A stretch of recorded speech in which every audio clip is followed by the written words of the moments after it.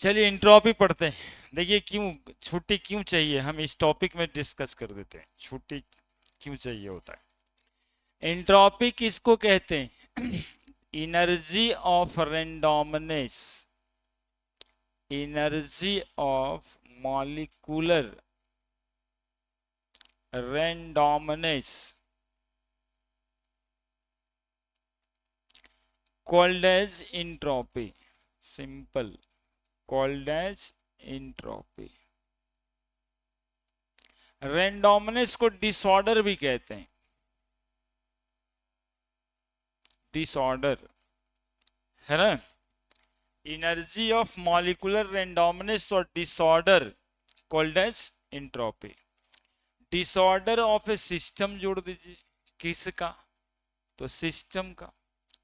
अब इसको बहुत अच्छे से समझ लीजिए, है ना। सिस्टम, सबसे पहले इंजन की बात समझते हैं। इंजन को सिस्टम कहते हैं। इंजन इंजन जैसे ही स्टार्ट होगा तो नॉकिंग प्रॉपर्टी आ जाता है उसमें। नॉकिंग प्रॉपर्टी मतलब खट खट खट खट खट खट, नहीं, सिलेंडर और पिस्टन, पिस्टन उठेगा गिरेगा उठेगा गिरेगा, तो एक वाइब्रेशन आ जाता पूरे सिस्टम के अंदर। नहीं, कोई बंद गाड़ी पे बैठिए और आप बैठे हुए हैं, गाड़ी स्टार्ट हुआ तो पता चल जाता है कि ये स्टार्ट हो गया। उससे कोई बर्गडन तो हो नहीं रहा है, सिर्फ पूरा बॉडी में आवाज हो रहा है, झन झन झन झन झन झन झन झनाहट। That is the randomness, molecular randomness. कहने का मतलब है गाड़ी का हर मॉलिक्यूल, हर पार्टिकल अपने मीन पोजीशन पे वाइब्रेट कर रहा है। नहीं, गाड़ी तो जहां है वहीं रहता है और थरथरा रहा होता पूरा। उसमें जो एनर्जी का खर्च होगा that is called as entropy, है ना। एनर्जी ऑफ मॉलिक्यूलर रेंडोमनेस और disorder of a system called as entropy. और ये बॉडी के साथ होगा, ये सिस्टम के साथ एसोसिएटेड होगा, ठीक है। अब जैसे आप हैं एक सिस्टम, तो सिस्टम आप में क्या डिसऑर्डर है, तो वो देखिए भाई एक ससुराल जा रहा है ना, कारण भी बता रहे हैं कि जाना जरूरी है, डिसऑर्डर ही तो है, मॉलिक्यूलर डिसऑर्डर। घर पे रह करके एक जगह शांति से बैठ के पढ़ा ही नहीं जा सकता, कुछ न कुछ इसके अलावा कुछ न कुछ करेगा, डिसऑर्डर। रैंडमनेस जितना कम होगा उतनी वर्क ज्यादा होगी, ये यदि बहुत ज्यादा हो गया तो वर्क कम होगा। अब ये गाड़ी के स्टार्ट किए, इंजन थर थर थर थर थर थर ऐसे ऐसे कपे लग गया पूरा का पूरा, जहाँ जहाँ लग रहा है हम ही गिर जाएंगे बैठे हैं तो ये चलेगा कैसे? अब बताइए वो गाड़ी कितना माइलेज देगा, कितना वर्क करेगा? पुराना होते होते गाड़ी वैसे ही हो जाता है ना। तो एंट्रोपी बढ़ जाता है तो यूजफुल वर्क डन कम हो जाता है ना। ये बर्बाद वाला एनर्जी है, एनर्जी ऑफ रैंडोमनेस कहते हैं, ठीक है। अब मैथमेटिकली इसको डिफाइन किया जाएगा, लेकिन थ्योरेटिकली यही है, एनर्जी ऑफ मॉलिक्यूलर रैंडोमनेस हर सिस्टम का होगा, कोई ऐसा सिस्टम नहीं जिसकी एंट्रोपी नहीं होती, है ना। इस पे बना है थर्ड लॉ ऑफ थर्मोडायनामिक्स कि entropy of perfectly crystalline body is zero. तो परफेक्टली क्रिस्टलाइन बॉडी कोई होता नहीं, ठीक है, मतलब इसमें वाइब्रेशन नहीं होगा मीन पोजीशन पे। कहते ना ये दीवार है वाइब्रेट नहीं करता है, ऐसा है क्या? दीवार है, इसमें एक बड़ा लाउड स्पीकर लगा दीजिए, साउंड सिस्टम दीवार में बस ज्वाइन करा दीजिए और उसको बजा दीजिए और देखिए दीवार को ऐसे छू के वाइब्रेट करते रहता है। मंदिर में लगा हुआ जो लोहा वाला घंटा है वो देख के एकदम शांत लगता है, लेकिन थोड़ा जर्क पहुंचा दीजिए, फिर देखिए वो झंझाने लगेगा पूरा का पूरा सिस्टम, उसी से ना आवाज होता है। घंटा बजाने वाली बात जो कर रहे हैं, तब पूरा झंझना जाता है। इंट्रॉपी है, हर बॉडी में इंट्रॉपी होता है, ठीक है। इंट्रॉपी बढ़ता है या इंट्रॉपी घटता है, लेकिन इंट्रॉपी होता है। एनर्जी ऑफ मॉलिक्यूलर रैंडोमनेस और disorder of a system called as entropy, ठीक है। ये भी एक एब्सोल्यूट क्वांटिटी है, मतलब किस सिस्टम के साथ कितना इंट्रॉपी है ये मेजरेबल नहीं है, लेकिन इंट्रॉपी में जो बदलाव होगा वो मेजर करेंगे। तो इंट्रॉपी एक absolute quantity entropy is an absolute quantity.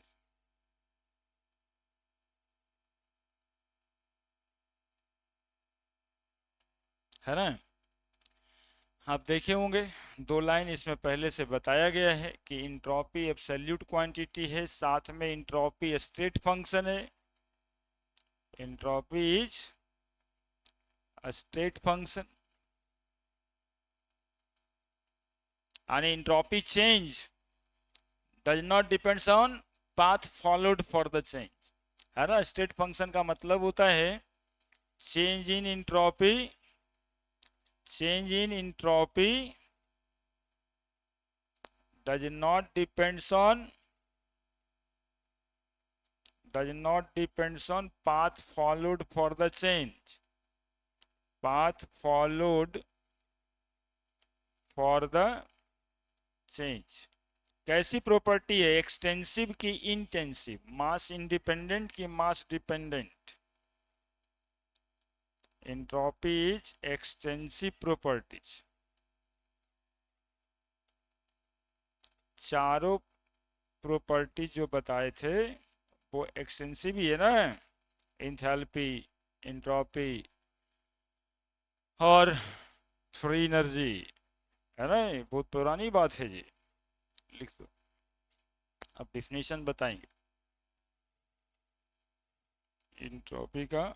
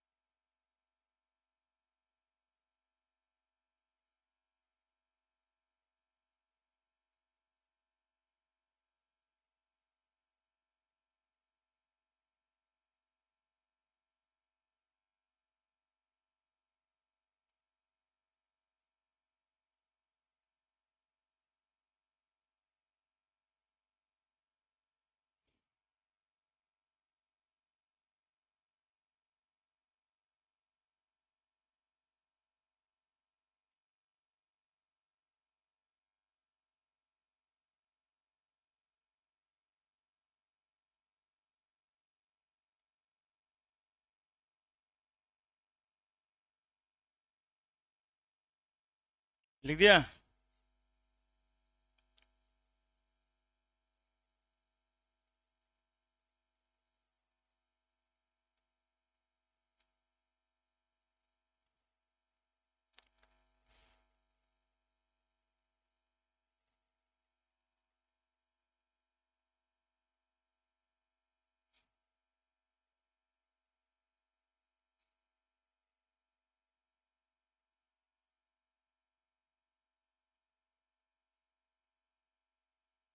पढ़े बाबू?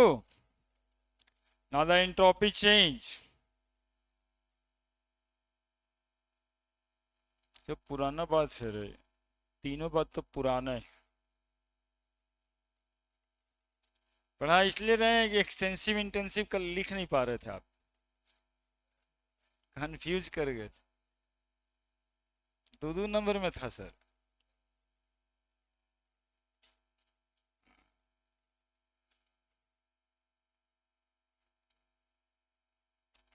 2 नंबर का क्वेश्चन था. What do you mean by extensive and intensive properties? परीक्षा एक्चुअली में मन से होता नहीं है, सब तो मोबाइल से होता है, इसलिए पता नहीं चलता है. अगला एंट्रोपी चेंज. एंट्रोपी चेंज ये मेजरेबल क्वांटिटी होगा.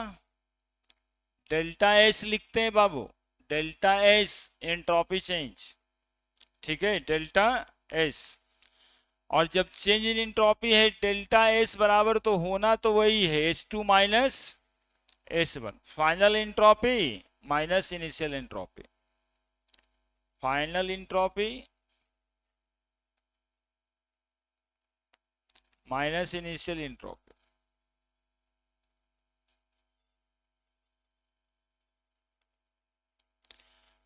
Entropy change of A reaction क्या होगा? Entropy change of a reaction, definition अभी नहीं दी, देते हैं। डेल्टा एस बराबर summation of entropy change of product minus summation of entropy change of reactant, product minus reactant, है ना। जैसे कि A plus B B that is equal to C C plus D D, ऐसा reaction है। इस reaction का entropy change निकालना है। डेल्टा एस बराबर sum of entropy of C multiplied by small C plus sum of entropy of D multiplied by small D minus entropy change of A into my A plus entropy change of B into B. ऐसा कर देंगे तो आपको entropy change for this reaction निकल जाएगा। Enthalpy change भी ऐसे ही निकाल रहे थे, प्रोडक्ट माइनस रिएक्टेंट। सिर्फ बॉन्ड एनर्जी से एंथैल्पी ऑफ रिएक्शन निकालना था, तो रिएक्टेंट माइनस प्रोडक्ट किए थे। ठीक है, लिखिए।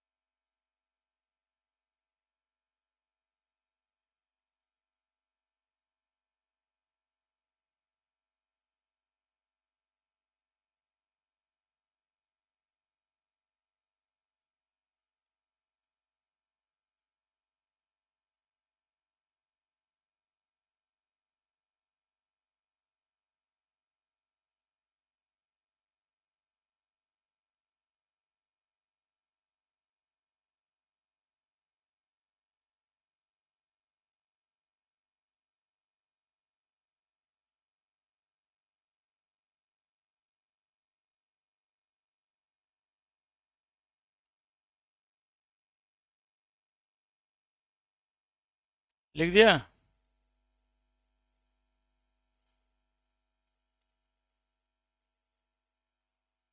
एंट्रोपी चेंज तो दे के रखेगा क्वेश्चंस, आपको सिर्फ वैल्यू पुट करना है। जैसे एंथैल्पी चेंज देता था, एंट्रोपी चेंज भी देगा।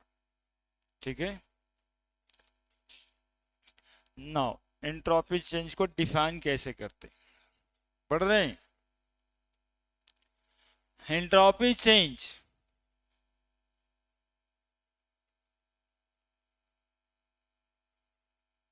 कहते हैं the amount of heat energy transferred at a constant temperature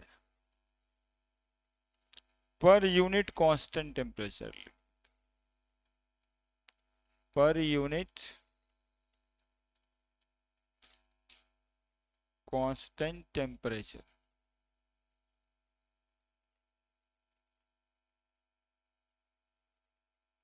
of a system called as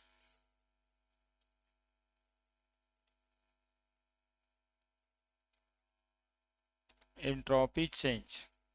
आणि बाबू डेल्टा एस बराबर amount of energy change, that is delta Q, amount of heat energy transfer, delta Q by T को entropy change कहते हैं।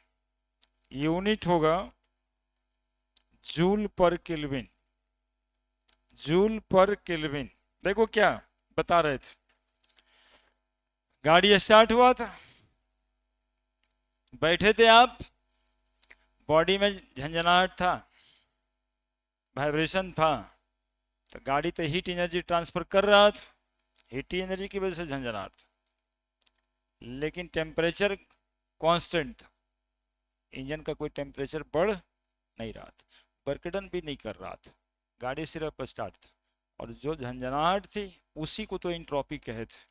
तो यहाँ भी तो वही कह रहा है, the amount of energy change, energy चूंकि रुकता नहीं है, बदल देगा ये, एनर्जी चेंज, वाइब्रेट कर रहा है अमाउंट ऑफ एनर्जी। गाड़ी स्टार्ट हुआ, पेट्रोल जल रहा होगा, है ना, कभी कभी पापा को बैठा के ले जाते हो तो बताते भी होंगे, तो इतना देर रुकना है तक इंजन में काहे स्टार्ट किए हुए, पेट्रोल वो जल ही रहा है, बंद कर दो। मतलब क्या था, आपके एनर्जी तो खर्च हो रहा था, लेकिन बर्कडन तो कुछ हो नहीं रहा था, ना बर्कडन होना है ना टेम्परेचर बढ़ना है, सिर्फ इंजन को स्टार्ट होने में जो एनर्जी ट्रांसफर हो जाएगा उसी अमाउंट ऑफ एनर्जी को एंट्रोपी चेंज कहेंगे। तो वैसे ही मेजर होना था एंट्रोपी चेंज को, क्या यही तो था कि भाई टेम्परेचर भी नहीं बढ़ा रहा, कोई यूजफुल बर्डन भी नहीं हो रहा है, केवल बॉडी झंझना रहा है, तो जो अमाउंट ऑफ एनर्जी लगेगा इस झंझनाहट में उसको आप एंट्रोपी चेंज कहते हो। डेल्टा एस बराबर डेल्टा क्यू बाई टी, ठीक है। डेल्टा क्यू का यूनिट होता है जूल, टेम्परेचर का केल्विन, तो एंट्रोपी चेंज का यूनिट हो जाएगा जूल पर केल्विन। इधर से जरा देखो, तो अमाउंट ऑफ हीट ट्रांसफर निकाला जा सकता है टी डेल्टा एस से, क्या अमाउंट ऑफ हीट ट्रांसफर निकाला जा सकता है टी डेल्टा एस से, according to first law, Krishna भगवान का जो नियम था, जरा देखिए क्या था, डेल्टा यू बराबर क्यू प्लस डब्ल्यू, यही क्यू, ये समझ रहे हैं, वही वाला delta Q T delta S बन चुका अभी, यदि इंट्रोपी से जाते हैं तो, ठीक है। यही वाला डेल्टा यू इसके आगे बढ़े थे, केवल याद कराते हैं, मिला के फॉर्मूला ना बनाएंगे, वो अपने अप्लाई करना है। एक और फॉर्मूला पढ़े थे, डेल्टा एच बराबर delta U plus P delta B. अब देखिए ये डेल्टा एच ही ना डेल्टा क्यू बना था, क्या, और डेल्टा एच ही आज क्या बना, टी डेल्टा एच, वही है, दूसरा और कोई नहीं, सब सेट हो जाएगा वहां पे, है ना, कंडीशन अलग अलग, समझ रहे हैं, लिख दीजिए। चूंकि एनर्जी तो सम होता है ना, सबको जोड़ने से ही बनता है।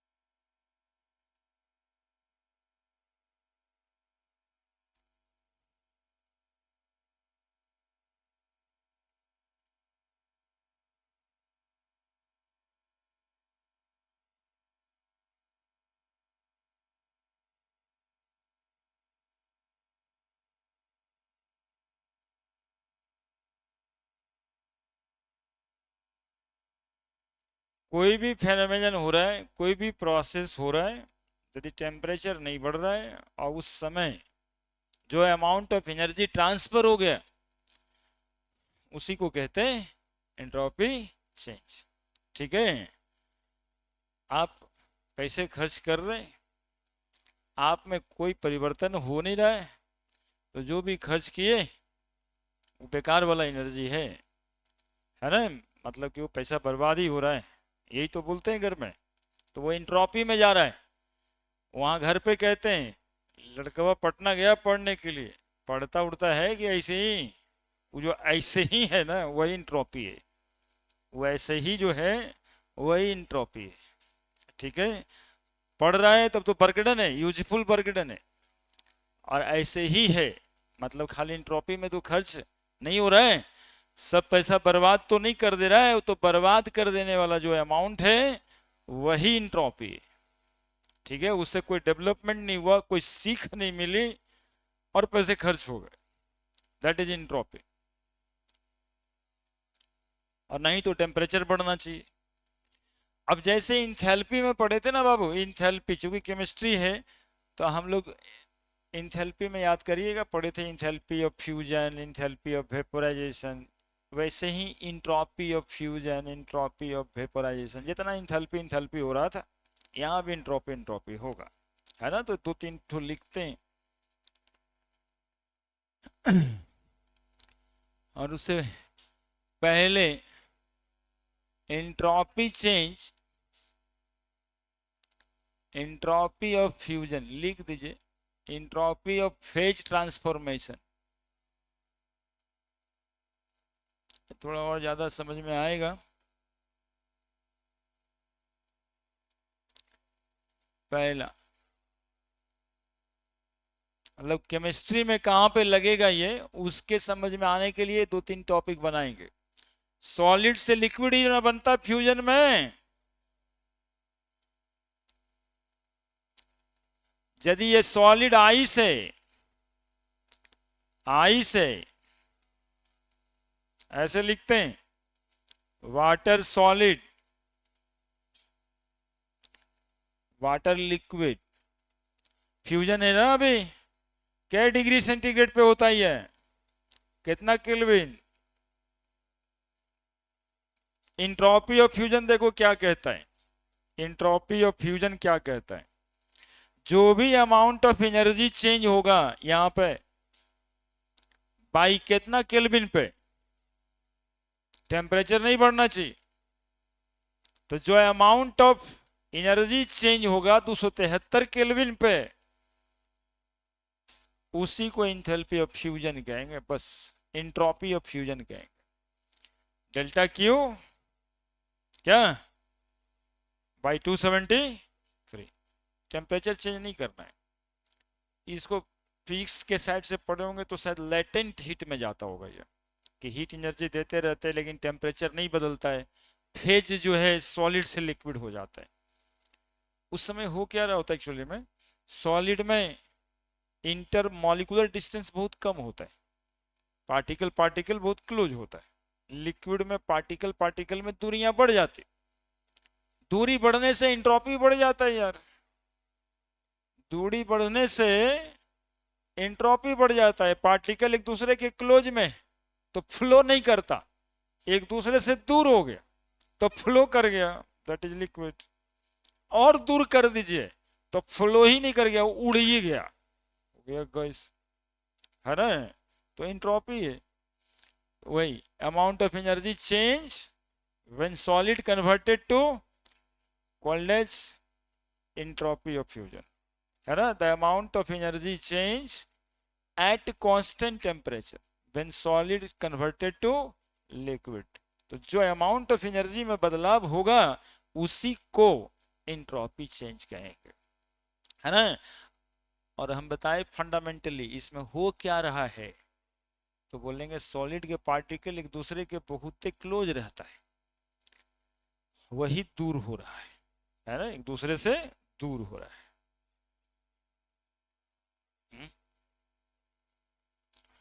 इसको कहेंगे, उसको थोड़े कहते हैं, ये वाला एनर्जी को कहें, है ना। फिजिक्स में पढ़े हैं वही ना, कि जो उस समय जो अमाउंट ऑफ एनर्जी लगता है उसको लेटेंट हीट कहते हैं, तो इसको बोलेंगे वही हीट एनर्जी है ये। डिफिनीशन, द अमाउंट ऑफ, उसी को टेम्परेचर से भागा दे देंगे तब इंट्रोपी कहेंगे, ठीक है, उसी लेटेंट हीट को, हाँ जिस टेम्परेचर पे ये बदलाव हो रहा होगा उसी को इंट्रोपी कहेंगे। The amount of energy change, the amount of energy change per unit temperature, है ना। पर यूनिट टेम्परेचर का मतलब तुम लोग एक टेम्परेचर समझ जाएगा, per unit constant temperature.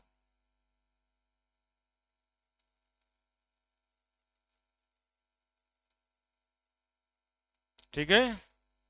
when 1 mole of solid converted into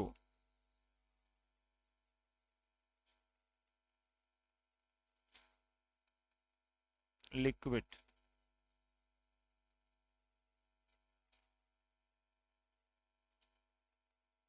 called as entropy of fusion।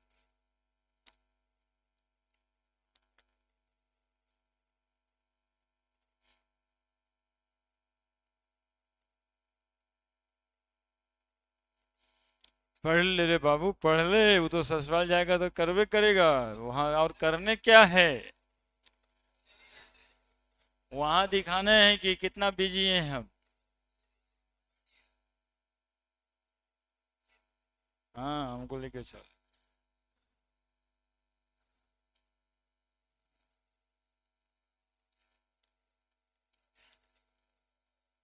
Entropy of vaporisation कहेंगे।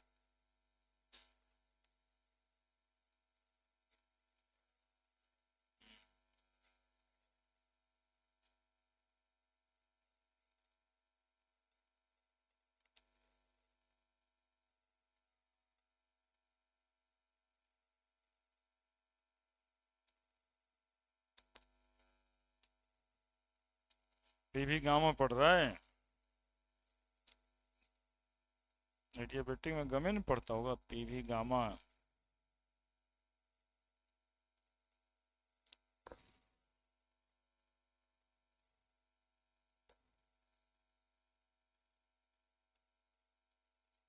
ये सिर्फ वाटर के लिए लिखे 273, ऐसा नहीं कि बोले सर बताएं 273 भागा देना, है ना, क्योंकि आप लोग कभी कुछ हो समझ सकते हैं, याद रहता नहीं। दोस्त देना तो चाहेंगे ना, ये होना है ना। 273 यदि वाटर है तब होना है। हर अलग अलग सॉलिड का अलग अलग टेम्परेचर होगा ना, मेल्टिंग पॉइंट बॉइलिंग पॉइंट, जो भी मेल्टिंग बॉइलिंग पॉइंट होगा उससे डिवाइड कर दीजिएगा। ये वाटर के लिए 273 से ही भागा पड़ेगा यहाँ पे, और एंट्रोपी ऑफ वेपराइजेशन में 373 से भागा पड़ेगा।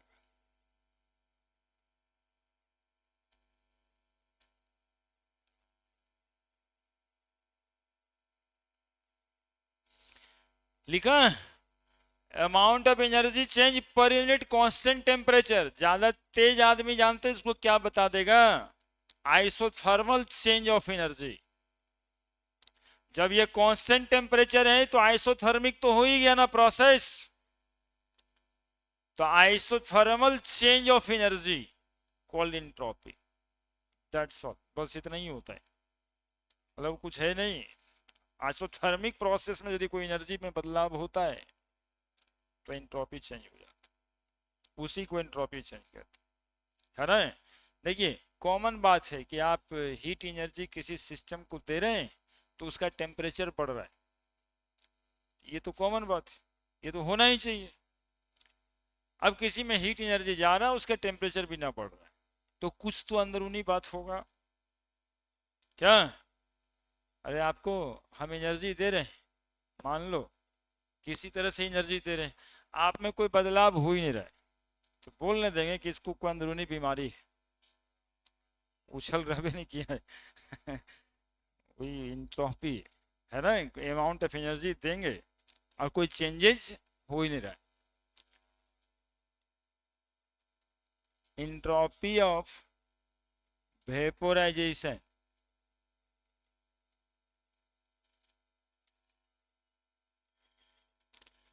इसमें क्या होता है कि लिक्विड गैस होगा,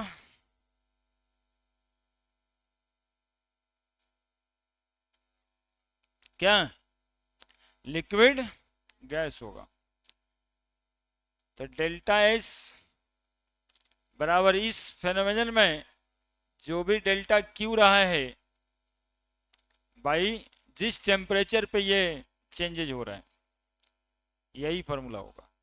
यदि हम वाटर ले लें जो लिक्विड है और वाटर यदि जो गैस है टेम्परेचर टी पे, तो कितना टेम्परेचर पे? 373 kelvin, 100 degree centigrade. Degree centigrade में डील नहीं करना टेम्परेचर को, तो डेल्टा क्यू बाई कितना लिखेंगे?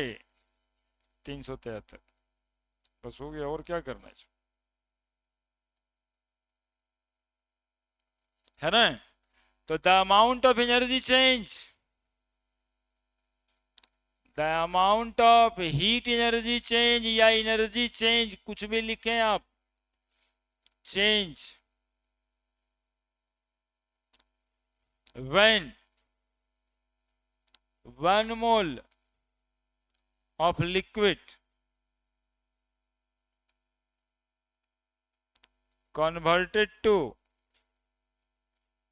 gas at constant temperature। constant temperature, यही constant temperature को बॉइलिंग पॉइंट भी कह सकते हो आप, वहां पर मेल्टिंग या फ्रीजिंग पॉइंट कह सकते थे। At constant temperature called as, उसमें पर यूनिट लिखे थे, यहाँ एट कांस्टेंट लिख दिए। दोनों में से कोई भी डिफिनेशन आप लिख सकते हो। एंट्रोपी ऑफ वेपोराइजेशन,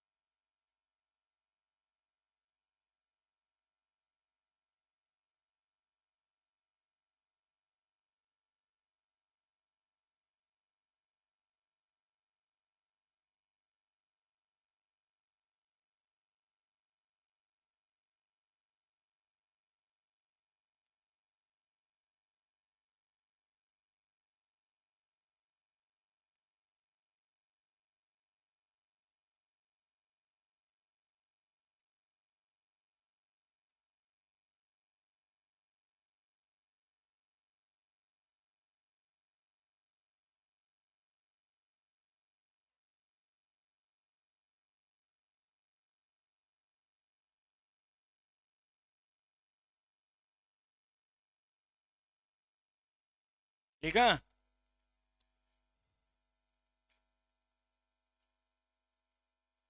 लिखे? अब entropy of sublimation,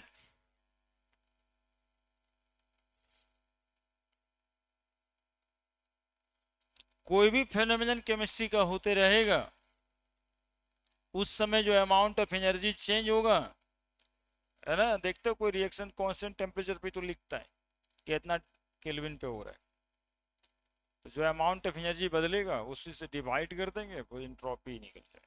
entropy of fusion, vaporisation. Entropy of sublimation,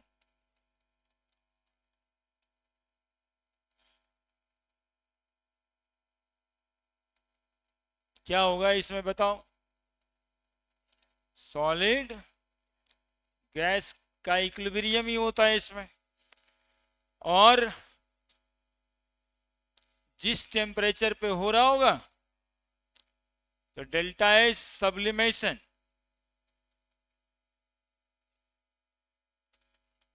delta Q by T. Q किसका? सब्लिमेशन का लिखना है क्या?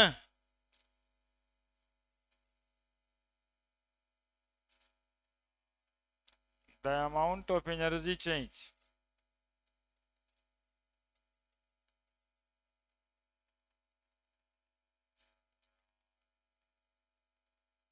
when 1 mole of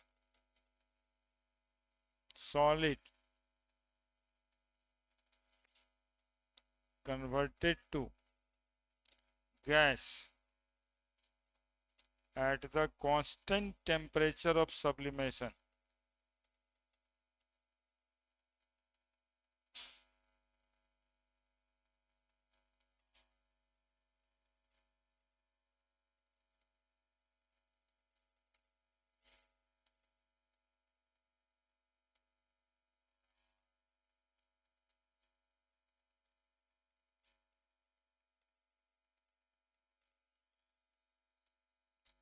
Called as entropy of sublimation.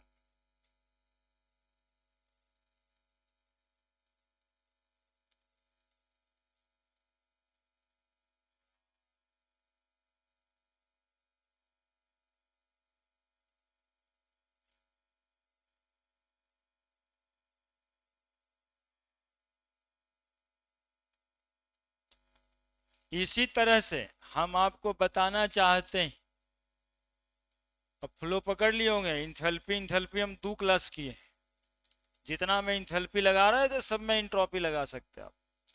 Entropy of reaction, चाहे किसी रिएक्शन का निकालना हो, डेल्टा एस रिएक्शन लिखिएगा, उस रिएक्शन में जो अमाउंट ऑफ एनर्जी में बदलाव हो रहा हो और जिस टेम्परेचर पे रिएक्शन हो रहा हो उसको भागा दे दीजिए, उसी से निकल जाएगा आपको एंट्रोपी ऑफ रिएक्शन। ठीक है, the amount of energy change, energy लिखे या हीट एनर्जी लिखे या किसी फॉर्म की एनर्जी लिखे, कुछ फोटोकेमिकल रिएक्शन होता है तो सनलाइट की एनर्जी आती है, वेवलेंथ ही लिख सकता है। पढ़े थे एटॉमिक स्ट्रक्चर में एनर्जी बराबर एच न्यू या एच सी बाई लैम्डा। अब उस लैम्डा से आप एनर्जी निकालो, और हमें ये एनर्जी चाहिए, है ना। इसके निकालने के बहुत सारे तरीके। द अमाउंट ऑफ एनर्जी और हीट एनर्जी चेंज, है ना, per unit constant temperature of reaction, constant temperature of reaction called as entropy of reaction.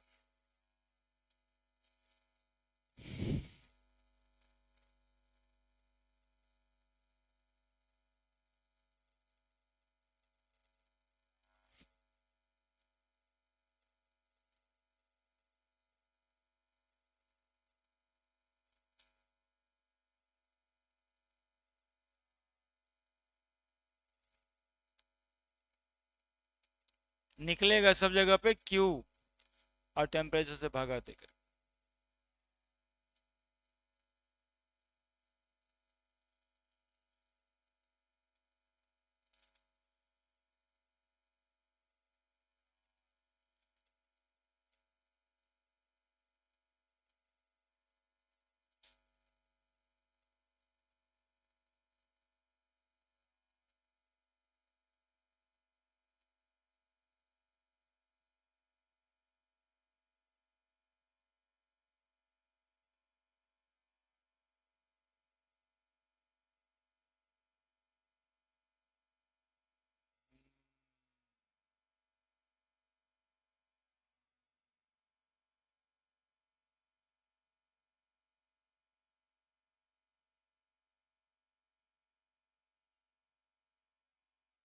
लिख दिया। तब और इंट्रोपी इंट्रोपी करने की जरूरत नहीं है, है ना। अमाउंट ऑफ एनर्जी चेंज ही होना है, समझना है बात यही कि अरे जिस अमाउंट ऑफ एनर्जी से टेम्परेचर में बदलाव नहीं हो सिस्टम में, उसी अमाउंट ऑफ एनर्जी को एंट्रोपी कहते हैं। ठीक है, और परकटन तो होना ही नहीं है ना। ये एनर्जी ऑफ वाइब्रेशन है, एनर्जी ऑफ रेंडोमिनेस है, बेकार वाला एनर्जी है, लेकिन बेकार ही का, लेकिन होता जरूरी है सब सिस्टम। ठीक है, अब नहीं रहेगा एनर्जी तो ऐसे भी बोलेगा आदमी, काहे ऐसे मरल पड़ल नियन लग रहे हो यार, बेकार है एकदम खत में। नहीं, लड़का सुस्त बैठा वो कोना में, कैसे कुछ है ही नहीं। मतलब बूढ़ा बूढ़ा हो गया क्या? अनइंट्रोपियो रहना जरूरी है, वो बेकार की एनर्जी भी थोड़ी रहनी जरूरी है। अब वो जितना ज्यादा होगा यूजफुल वर्क डन घटेगा, है ना। लेकिन नहीं होगा और सिस्टम होगा ऐसा संभव नहीं है। ठीक है। अब डीजल इंजन बाद में थोड़ा बड़ा हो गए, गाड़ी खरीदने जाओगे डीजल वाला, वो गाड़ी वाला पूछ देगा सर डीजल इंजन चाहिए कि पेट्रोल इंजन चाहिए, है ना। हर गाड़ी में आता है, पर डीजल से चलने वाला आता है, पेट्रोल से चलने वाला आता है। अब डीजल वाले में इंट्रोपी ज़्यादा होता है। इंट्रोपी ज़्यादा मतलब वो ज़्यादा आवाज़ करता है, वाइब्रेशन ज़्यादा होता है। उसके जो इंजन्स बने हैं उसकी नॉकिंग प्रॉपर्टी पेट्रोल इंजन के कंपैरिजन में ज़्यादा है। तो डीजल से पेट्रोल पे आया, नॉकिंग प्रॉपर्टीज कम। अब गैस वाला लगेगा एकदम आवाज़ ही नहीं हो रहा है, और भी इंट्रोपी कम, स्मूथ ड्राइव, है ना। तो बैठे हैं गाड़ी स्टार्ट है, आपको पता नहीं चल रहा है क्या कम है यहाँ पे, इंट्रोपी कम है ना। टेम्पो पे जा रहे हैं, लग रहा है कि वो अब उड़ जाएगा कि उड़ान भर देगा कि तब उड़ान भर देगा, इंट्रोपी ज़्यादा है। तो इंट्रोपी ज़्यादा, इंट्रोपी कम, लेकिन होता सब सिस्टम। अब देखिए आप इन साइन कन्वेंशन फॉर इंट्रोपी।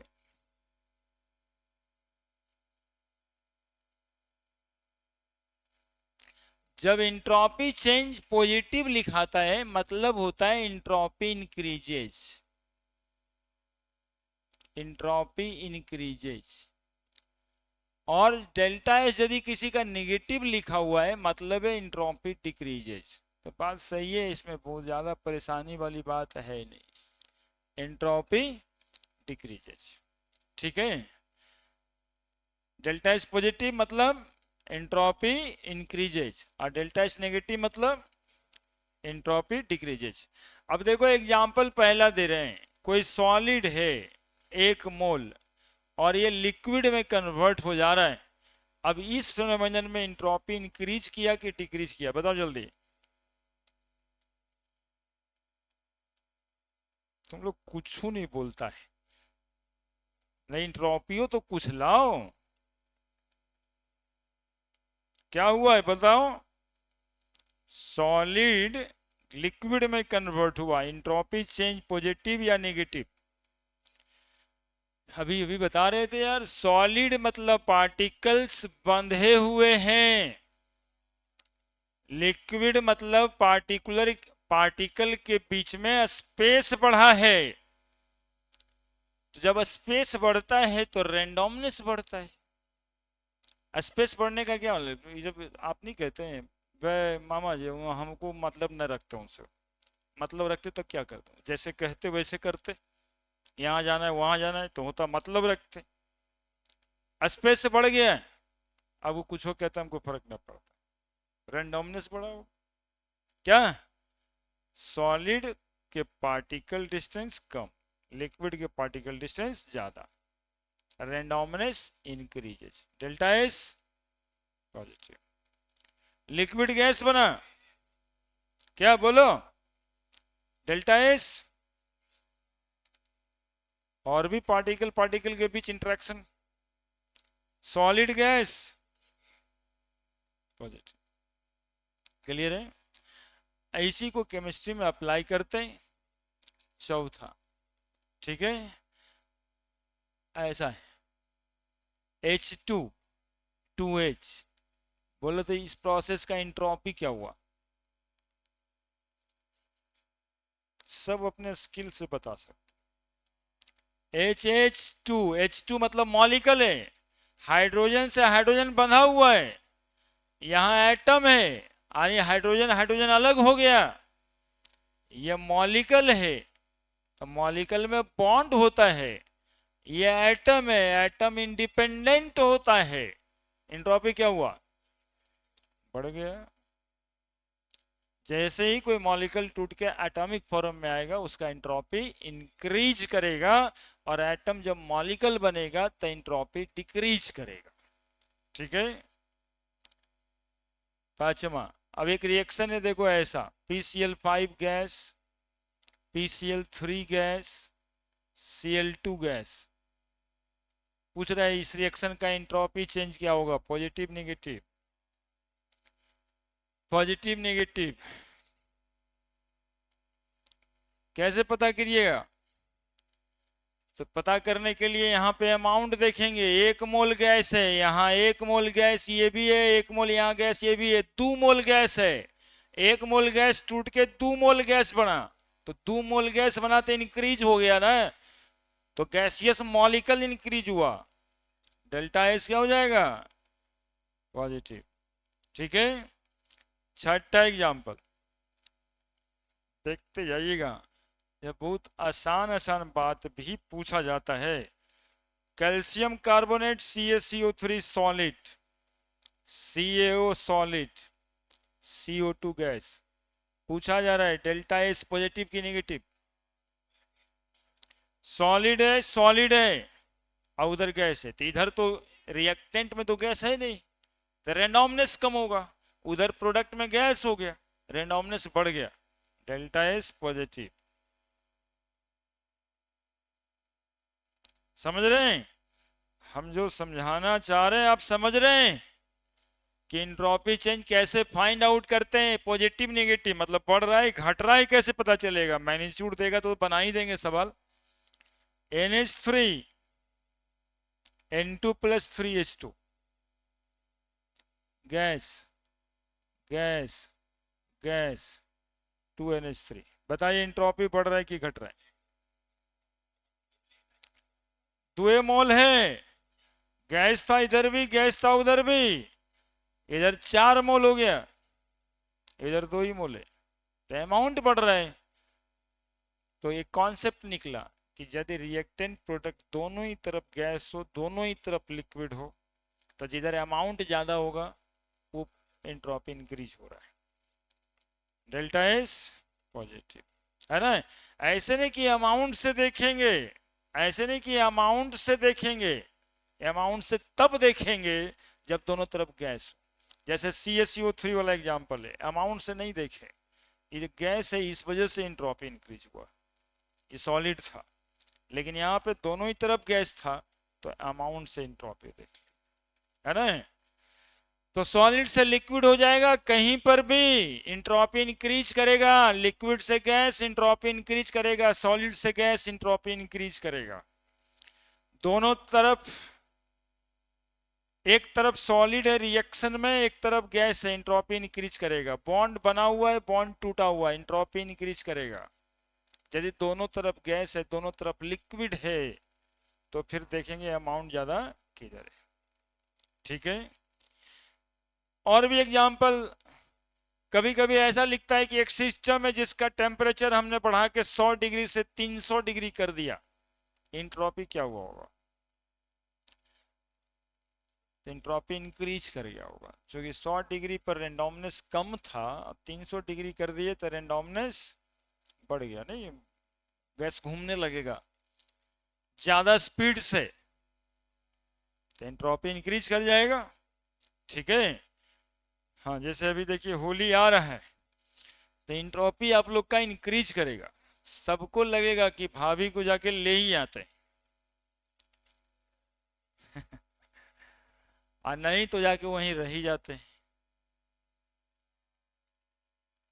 इस वजह से एंट्रोपी इंक्रीज करेगा। जल्दी से लिखिए ना, एंट्रोपी बढ़ाना चाहता है लोग,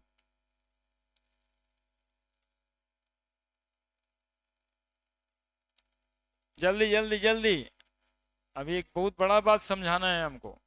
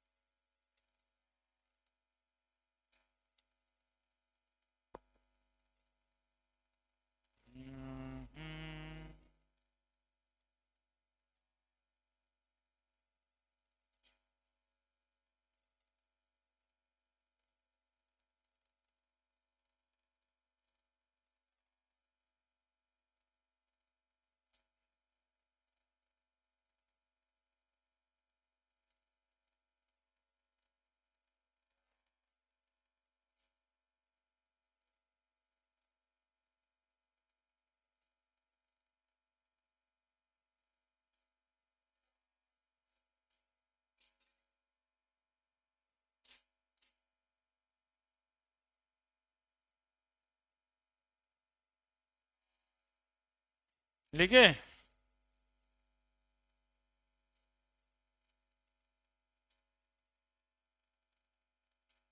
क्वेश्चन देंगे या सरकारी किताब में 3-4 लिखा है? इंट्रोपी इंक्रीजेज डिक्रीजेज वाला।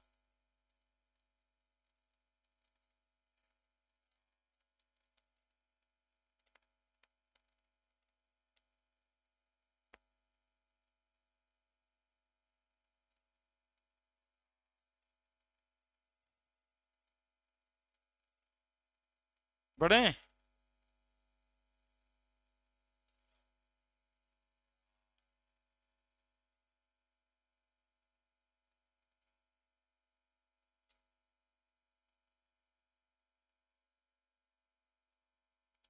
ठीक इसका उल्टा रहेगा, सब में एंट्रोपी नेगेटिव है ना, उल्टा रहेगा एंट्रोपी नेगेटिव। देखिए क्वेश्चन है, predict in which of the following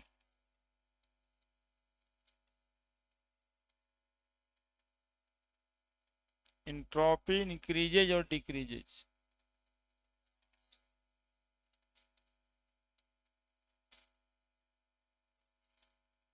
पहला,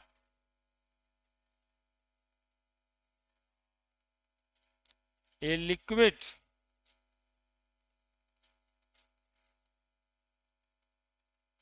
crystallizes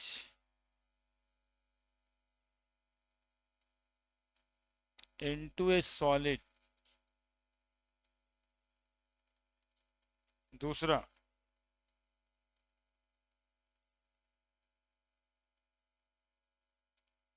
temperature of a crystalline solid is raised from 0 Kelvin to 115 kelvin. तीसरा, 2NaCO3 solid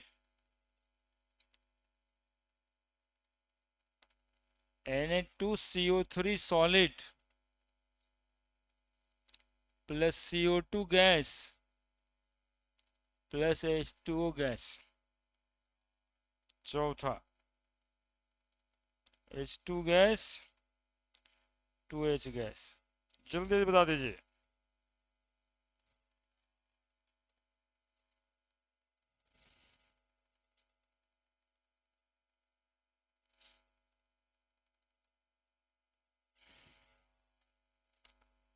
बता रहे हैं क्या? पहला,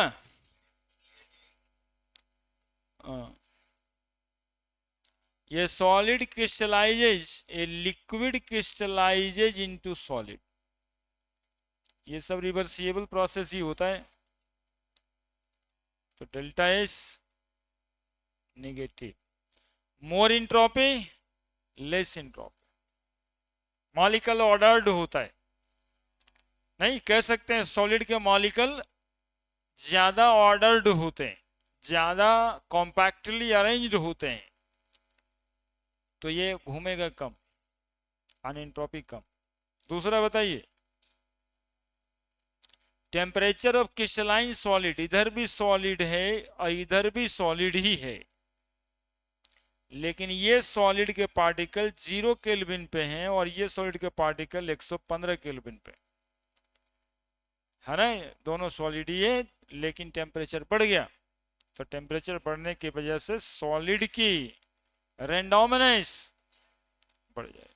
डेल्टा एस बराबर पॉजिटिव।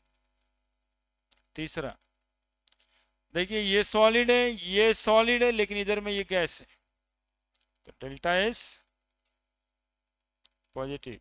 चौथा, बॉन्ड बना हुआ है, बॉन्ड टूटा हुआ है। इस तरह के सवाल होंगे, ये डेल्टा एस नेगेटिव पॉजिटिव तो कर ही रहे। अब कृष्ण भगवान का नियम दूसरा वाला पढ़ते हैं। सेकेंड लॉ थर्मोडायनेमिक्स नियम नहीं है। दूसरा बात कहते हैं entropy of universe is always increases, इसको प्रूव करना है। वो कहा जाता है सेकेंड लॉ नहीं है, बस इंट्रोपी में बात किया है। यूनिवर्स की इंट्रोपी घट रही है या बढ़ रही है? तो हमेशा बढ़ रही, इसीलिए तो ग्लोबल वार्मिंग वगैरह हो रहा है ना। इंट्रोपी ऑफ यूनिवर्स क्या हो रहा है देखते हैं, हम प्रूव करते हैं, अध्यात्म वाली बात है।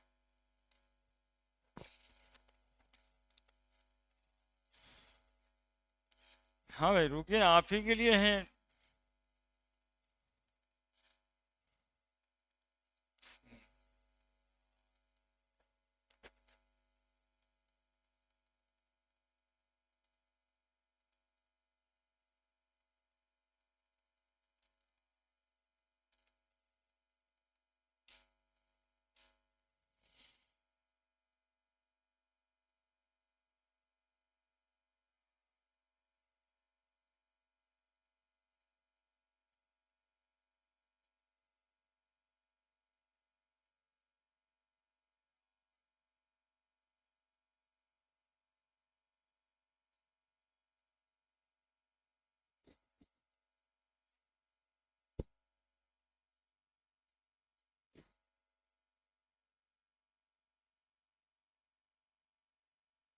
हो गया।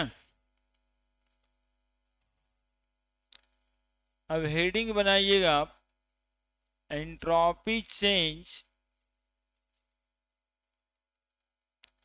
During irreversible process।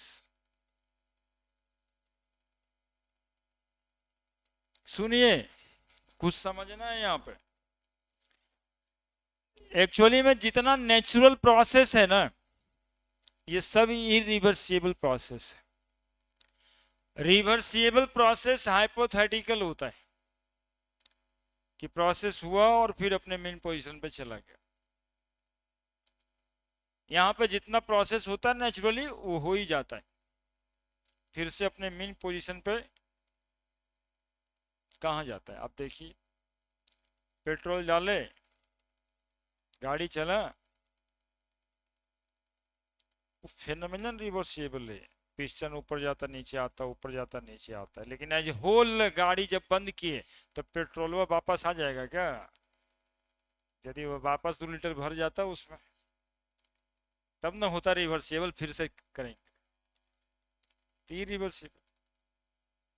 क्या होता है इसमें, आपने जलाया पेट्रोल इंजन के साथ, इंजन आपका सिस्टम था, लेकिन सिस्टम के साथ एक पिस्टन लगा हुआ रहता है, जिससे कि पिस्टन नहीं बोलते उसको, साइलेंसर लगा रहता है। हर गाड़ी में साइलेंसर, गाड़ी ही मेजर सिस्टम है। और गाड़ी में क्या सिस्टम है, तो वो सिलेंडर और पिस्टन। आप देखिएगा, जितना ज्यादा एक्सप्लेन करना है किसी गाड़ी को तो क्या एक्सप्लेन कीजिएगा, सबसे पहली जरूरत होगा सिलेंडर कितना सीसी का है, पिस्टन किस चीज का बना हुआ है। बढ़िया वाला मेटेलिक रड है तो ज्यादा दिन तक चलेगा, नहीं पीतल वाला दिया है ज्यादा दिन तक चलेगा। लोहा वाला है जंग लग जाएगा, थोड़ा और कुछ मिला उला के खराब बना दिया है, जल्दी खराब हो जाएगा। सिलेंडर पिस्टन, दूसरा पार्ट उसका अब क्या है, साइलेंसर, जिससे धुआं निकलेगा। बिना धुआं निकले कोई सिस्टम चलता है क्या? ज्यादा निकले कम निकले, निकलना तो है। क्यों निकलना है? क्योंकि जो पेट्रोल का वेपर, हॉट वेपर बना सिलेंडर के अंदर, वही हॉट वेपर पिस्टन को धक्का दिया, और धक्का देने के बाद उस वेपर मॉलिक्यूल की एनर्जी डिक्रीज हुई, तो डिक्रीज्ड एनर्जी स्पेंट स्टीम बोला जाता है। ये मॉलिक्यूल अब कहाँ जाएगा, तो साइलेंसर से बाहर निकलेगा। बाहर निकलेगा मतलब सराउंडिंग में जाएगा, गाड़ी सिस्टम, एटमॉस्फेयर, सराउंडिंग। गाड़ी का टेम्परेचर यानी इंजन का टेम्परेचर यानी सिस्टम का टेम्परेचर हाई है, नहीं कभी साइलेंसर पे पैर रख के देख लीजिए, देखें साइलेंसर गाड़ी पे बैठते साइलेंसर होता है, उस पे पैर रख दीजिएगा, जल नहीं जाएगा क्या? अरे दूर जाना, 1 आध घंटा तक रखे चल जाइएगा, जूता जल जाता है ना? तो हाई टेम्परेचर पे, सराउंडिंग लो टेम्परेचर। आप खुद ही एक सिस्टम, आपका बॉडी 36 डिग्री टेम्परेचर पे, हर सेकंड आप कार्बन डाइऑक्साइड छोड़ रहे होते हैं सराउंडिंग में, 25 डिग्री सेंटीग्रेड पे। आपका बॉडी एक सिस्टम, आपका एटमॉस्फेयर एक सराउंडिंग। प्रोसेस क्या है? इरिवर्सिबल है। थोड़े जो छोड़ा हुआ CO2 मॉलिक्यूल है उसी को फिर वापस आप थोड़े ना लेते हैं, और लेते हैं यूटिलाइज तो करते नहीं। तो आप भी एक सिस्टम है। हम चैप्टर शुरू करने से आपको खुद ही एक सिस्टम बना के चले। तो entropy change during irreversible process. मान लीजिए, लेट, यहां पर देखिए मानेंगे, late a system transfer q amount of heat energy into the surrounding, q amount of heat energy at high temperature T1 to the surrounding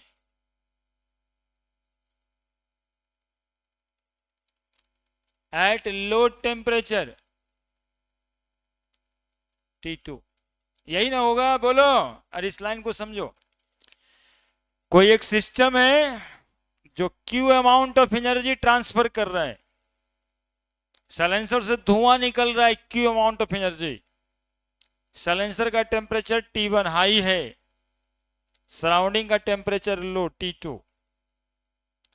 आप एक सिस्टम है, आप Q amount of heat energy release कर रहे हैं, CO2 release कर रहे हैं आप। एनर्जी तो उसके साथ ही होता है, सांस गर्म होता है, देखते, ट्रांसफर कर रहे हैं। High temperature T1 36 degree centigrade body temperature to the surrounding 25 degree centigrade. समझ गए? हर तरह के सिस्टम समझ गए? तो बताइए, साथ रहिएगा मेरे। अभी डेल्टा एस सिस्टम बराबर क्या लिखिएगा? क्यू बाई, और Q amount of heat energy system दे रहा है तो क्या लिखेंगे? Minus Q by T1। System दे रहे हैं तो सिस्टम की एनर्जी नेगेटिव में, ठीक है, और सराउंडिंग क्या कर रहे हैं? वही अमाउंट ऑफ एनर्जी को रिसीव कर रहा है, दैट इज प्लस क्यू, लेकिन टेम्परेचर अलग है T2। अब बोलिए डेल्टा एस टोटल क्या लिखिएगा? Delta S system plus delta S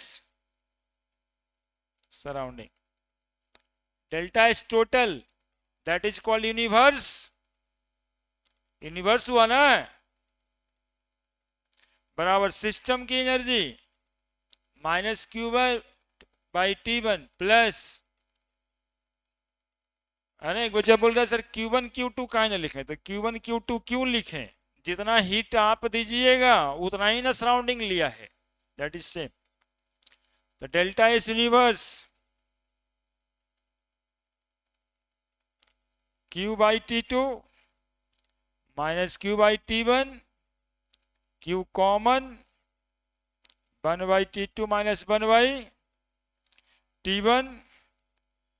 देखते रहिएगा साहब।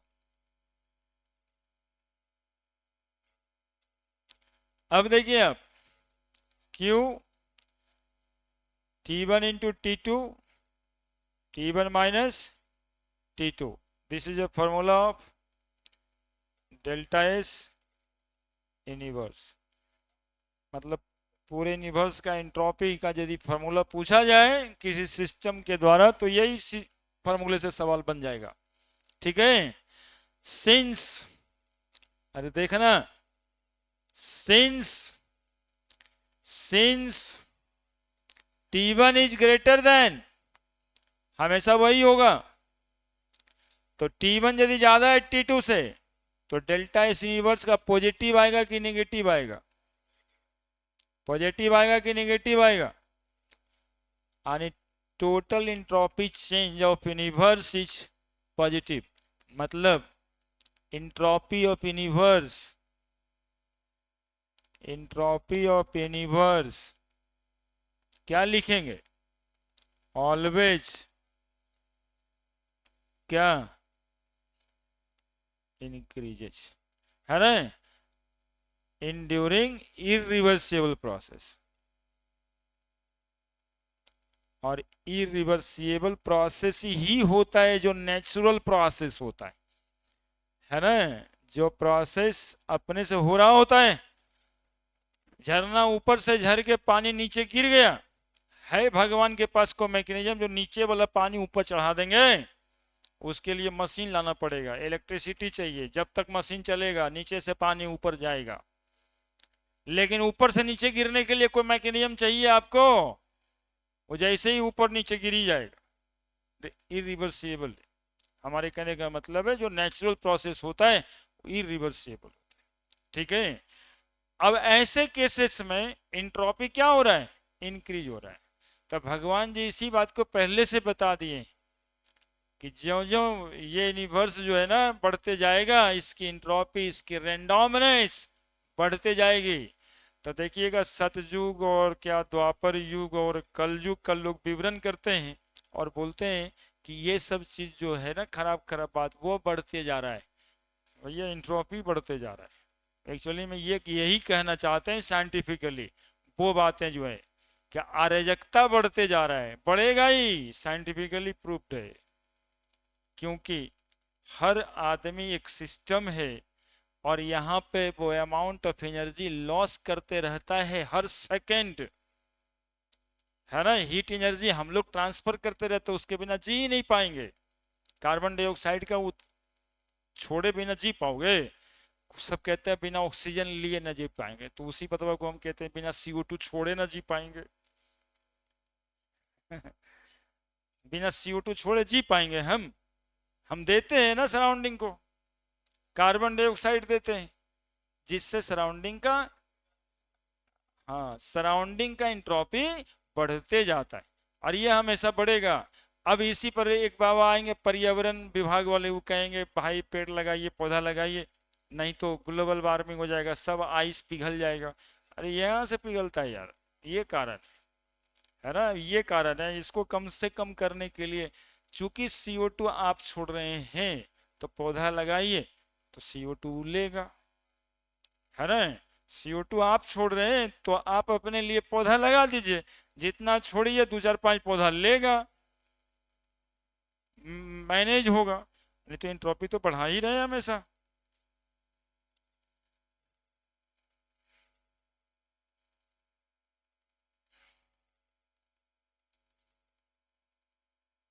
अब इसी बात को कभी कदर कोई पूछ दे इंट्रोपी बढ़ रहा है घट रहा है सराउंडिंग का, ऐसे ही बैठे बैठे पूछ दे, आप कहिए भैया बढ़ेगा, ये हमेशा बढ़ेगा, ये बाबा के कहने से नहीं बढ़ेगा, ये कलयुग आने से नहीं बढ़ेगा, है ना। ये इंट्रोपी बढ़ने की वजह से बढ़ रहा है, एक्चुअली में हो यही रहा है।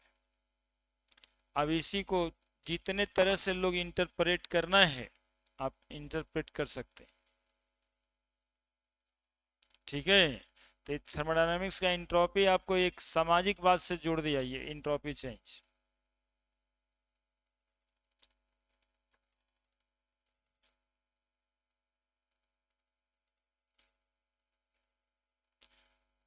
देखिए सर, आप इंट्रोपी बढ़ाने की कोशिश कर रहे हैं,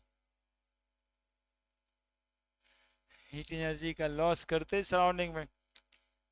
10 नंबर का नोमेनक्लेचर आया था पिछले क्लास में, तो आपके टेस्ट में आप लोग उसको भी न बनाए, बना दिए थे। मोबाइल जिंदाबाद। नोमेनक्लेचर खोजने में गूगलों में मदद नहीं कर रहा होगा, बड़ी दिक्कत होगी। फोटो फोटो खींच करके स्कैन कर रहा होगा, हाँ, लिखा तो नहीं पाता होगा,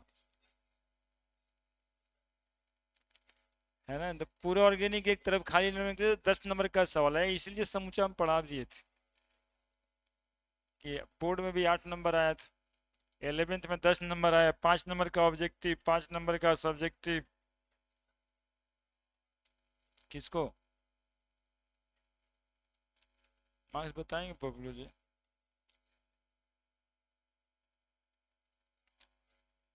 वो बता देंगे। छुट्टी जब तुम लेके हमको जाओगे नहीं ससुराल, तो हम काहे सोचें। तुम पहले टिकट लाओ। अरे भैया ससुराल जाना है ना, तो जो है टिकट लेके आओ सर, चलिए तब छुट्टी का सोचते हैं। आप देखिए, तो सोचा जाता है बड़े। इसी का एक रिवर्सिबल प्रोसेस, 2 मिनट लगेगा। अरे हो गया है, तुरंत हो गया। एंट्रोपी जीरो आएगा, छूट जाएगा ना, फिर अगले दिन वो स्टार्ट नहीं होगा भाई, मोशन स्टार्ट।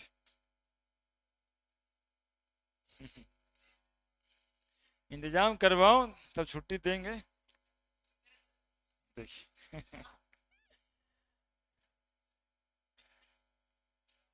क्या हम भी थोड़ा सा चलें पीपर, बड़े पीपर के पौधा के नीचे, कुछ बुद्ध भगवान वाला ज्ञान हो जाएगा गांव। हाँ गांव जाएंगे तब यही फायदा ना होता है एकांत में। लेकिन बरगद का पेड़ के बजाय हम लोग के यहाँ तार का पेड़ ज्यादा मिलता है। हाँ तो entropy change during reversible process.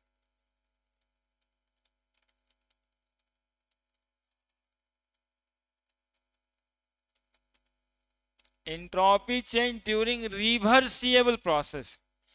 Reversible process बाबू अपने से नहीं होता, वो होता ही नहीं है समझो, इमेजिनरी प्रोसेस है रिवर्सिबल प्रोसेस, है ना, कि जितना काम कर दिए फिर से अपने नीचे से फिर से उतना काम करें। तो रिवर्सिबल प्रोसेस में हम लोग समझते हैं कि let a system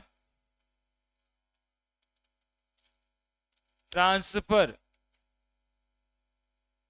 heat energy Q1, Q1 लिखने की जरूरत ना है, heat energy Q at temperature T1 and surrounding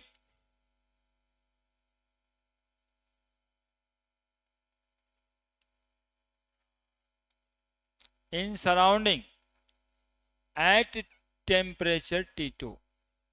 सुनना, if T1 बराबर T2 then only process is reversible। Process reversible कब होगा? जब T1 बराबर T2। यदि किसी चीज का टेम्परेचर बढ़ जाएगा तो फिर से वो रिवर्स कैसे होगा? तो सराउंडिंग भी T1 टेम्परेचर पे एनर्जी लॉस करेगा और सराउंडिंग भी उसी टेम्परेचर पे एनर्जी रिसीव करेगा। तो बात क्या होगा? डेल्टा एस सिस्टम बराबर -Q/T T1 और डेल्टा एस सराउंडिंग बराबर +Q/T2।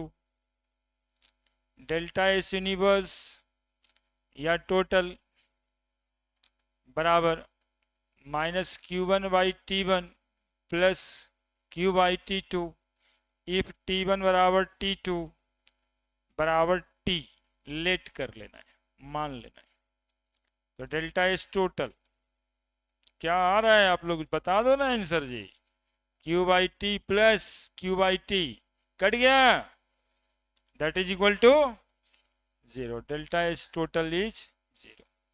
तो ड्यूरिंग द रिवर्सिबल प्रोसेस, यदि कोई प्रोसेस रिवर्सिबली होना है तो पूरे यूनिवर्स का एंट्रोपी 0 होगा। है ना, जो चूंकि होता नहीं है यूनिवर्स में नेचुरली कोई प्रोसेस, इसलिए ये केस हाइपोथेटिकल होता है। ठीक है, यदि मान लेते हैं कि प्रोसेस रिवर्सिबल है तो एंट्रोपी चेंज जीरो होगा।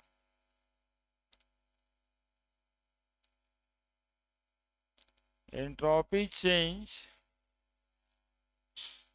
फॉर द रिवर्सिबल प्रोसेस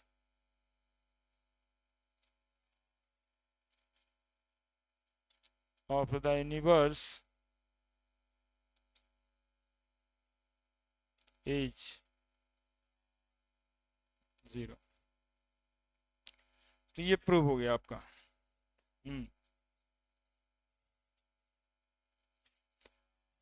आइए फिर अगली क्लास में, अभी से नहीं